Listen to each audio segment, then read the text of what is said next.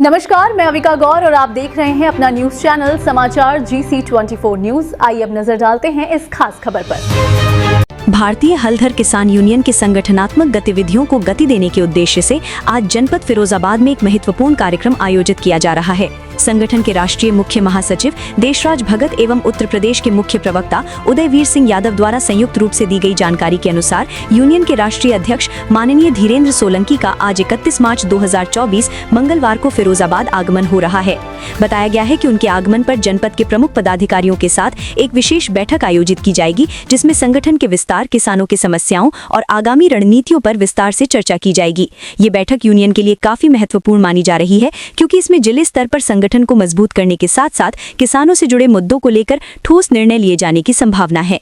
बैठक के उपरांत दोपहर 2 बजे एक पत्रकार वार्ता का आयोजन भी किया गया है। ये प्रेस वार्ता कोहिनूर चौराहा स्थित वैद्यम अस्पताल के पास व्यापार मोर्चा के जिला अध्यक्ष बाली मोहम्मद के निवास पर आयोजित होगी। इस दौरान राष्ट्रीय अध्यक्ष धीरेन्द्र सोलंकी मीडिया के समक्ष संगठन की नीतियों, किसानों के हितों और वर्तमान परिस्थितियों को लेकर अपने विचार साझा करेंगे। यूनियन पदाधिकारियों ने जनपद के सभी संबंधित कार्यकर्ताओं और पदाधिकारियों से समय पर पहुंचकर कार्यक्रम को सफल बनाने की अपील की है। संगठन के इस कार्यक्रम को लेकर कार्यकर्ताओं में खासा उत्साह देखा जा रहा है और इसे किसान हितों से जुड़े महत्वपूर्ण कदम के रूप में देखा जा रहा है।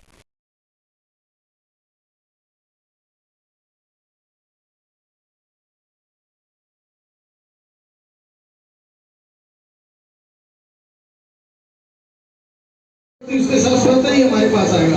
यदि हम एक व्यक्ति का तिरस्कार करेंगे तो 2 लोगों में हमारी बुराई करेगा और हमारे साथ काम करने के लिए तो नहीं होगा। हमारा काम ये है, हर व्यक्ति चाहे मजदूर हो, किसान हो, किसी भी तरह की परेशानी से पीड़ित है। आवाज मत भैया कुछ। अध्यक्ष जी, जो प्रेस कॉन्फ्रेंस रखी है, आपको प्रेस वार्ता क्या उद्देश्य है, मुख्य क्या उद्देश्य है? देखिए, सबसे पहले मैं आपका आभार व्यक्त करता हूँ पत्रकार महोदय। हम लोगों ने जो प्रेस वार्ता रखी है, आने वाले समय में जनपद फिरोजाबाद में एक महापंचायत करने वाले हैं, जिसके लिए हम लोग आज सभी लोग बैठे थे और आप लोगों को निमंत्रण किया था कि हम आप लोगों के द्वारा एक सूचना भी हो जाएगी और आप लोगों से मुलाकात। उद्देश्य क्या है वार्ता का उद्देश्य महापंचायत है। दूसरा कि किसानों के साथ जो शोषण किया जा रहा है, आपने देखा होगा, मैंने अभी कुछ देर पहले भी कहा था, फिर आप लोगों को माध्यम से मैं कहना चाहता हूँ, जेवर एयरपोर्ट पर किसानों के लिए नो एंट्री कर दी गई, जबकि किसान देवताओं की ही भूमिका जो है उन्होंने खरीदी या वो मुआवजा दिया, जो भी किया, लेकिन वही किसान देवताओं के साथ में उनकी एंट्री नहीं हुई। क्यों? हरा अंगोछा ना पहने हुए कोई किसान वहाँ पहुँचे। क्या किसानों से सरकार को इतनी नफरत हो रही है? क्या किसानों के बिना सरकार चल सकती है? अगर इतनी ही सरकार को लगता है तो किसानों के लिए एक अलग से सरकार बनाना शुरू कर दें किसान देवता। क्या? दूसरा, आप लोगों को मालूम होगा, टिकैत जी, जो आदरणीय राकेश टिकैत जी हैं, उड़ीसा में एक जो है प्रदर्शन कर रहे थे, उनको गिरफ्तार किया गया था। मैं भारतीय हलधर किसान यूनियन के राष्ट्रीय अध्यक्ष होने के नाते मैं इसको जो है अन्यायपूर्ण मानता हूँ। लोकतांत्रिक देश में लोकतंत्र की हत्या है ये। आप एक बात आइए, जब हम लोग अपनी आवाज़ नहीं उठा सकते हैं तो फिर क्या करें हम लोग? क्या हम लोग सड़कों पे आए? हम चाहते हैं सरकार हमारी बात सुने, किसान संगठनों की बात सुने, भारतीय हलधर किसान यूनियन की बात सुने। अगर सरकार वाकई ईमानदारी से किसानों के साथ काम करना चाहती है तो किसान आयोग का गठन करें और स्वामीनाथन की सिफारिशों को लागू करें।